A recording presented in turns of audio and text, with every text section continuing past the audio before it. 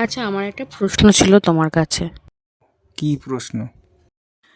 আচ্ছা, দূর্বা, বেলপাতা, তুলসী পাতা এগুলো কোন কোন বার তিথিতে তুলতে নেই আমাকে একটুখানি জানাও তো।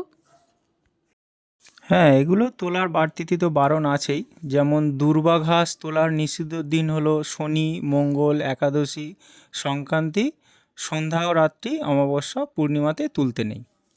এরপর বেলপাতা তোলার নিষিদ্ধ দিন হলো, সেগুলো তোমার চতুর্থী আছে, অষ্টমী আছে, দ্বাদশী আছে, চতুর্দশী আছে, অমাবস্যা আছে, পূর্ণিমা আছে, সংক্রান্তি আছে, সোমবার আছে, সূর্য উদয়ের আগে ও সূর্যাস্তের পর, তারপরে মধ্যাহ্ন, হ্যাঁ, সন্ধ্যা, এগুলোতে বেলপাতা তুলতে নেই।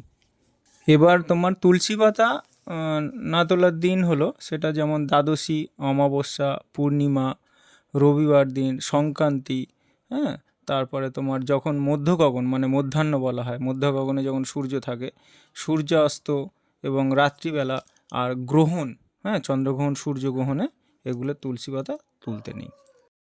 বুঝতে পারলে? এদের তোলার আবার মন্ত্রও আছে। হুম, বুঝলাম।